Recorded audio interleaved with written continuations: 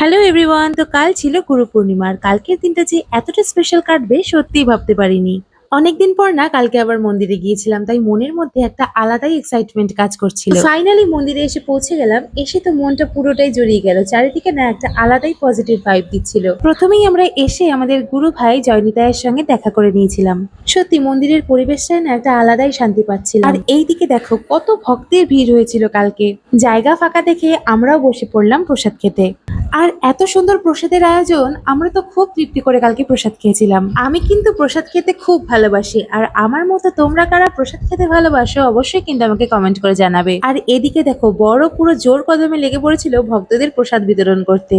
বর তো একদিকে ভক্তদের প্রসাদ পরিবেশন করছিল, আর এইদিকে আমি নিতাইয়ের মন্দিরের সমস্ত বিগ্রহ দর্শন করছিলাম। যাই হোক, মন্দির দর্শনের পর এবার আমাদের বাড়ি ফেরার পালা। ফেরার পথে একটু প্ল্যানটা চেঞ্জ করে সোজা ঢুকে পড়লাম একটা মিষ্টির দোকানে। দেখে অবশ্য অবাক হতে পারো যে প্রসাদ খেয়ে কে আবার মিষ্টির দোকানে ঢোকে, কিন্তু আমাদের অভ্যাসটাই তাই, জানো তো, যেখানেই যাই না কেন ফেরার পথে মিষ্টির দোকানে আমাদের ঢুকতেই হবে। তো যাই হোক, মিষ্টির দোকানে ফেভারিট কিছু মিষ্টি ট্রাই করে আমরা সোজা এবার বাড়ির দিকে রওনা দিলাম। আর ভিডিওটা ভালো লাগলে অবশ্যই একটা লাইক কমেন্ট করে যাবে। টাটা।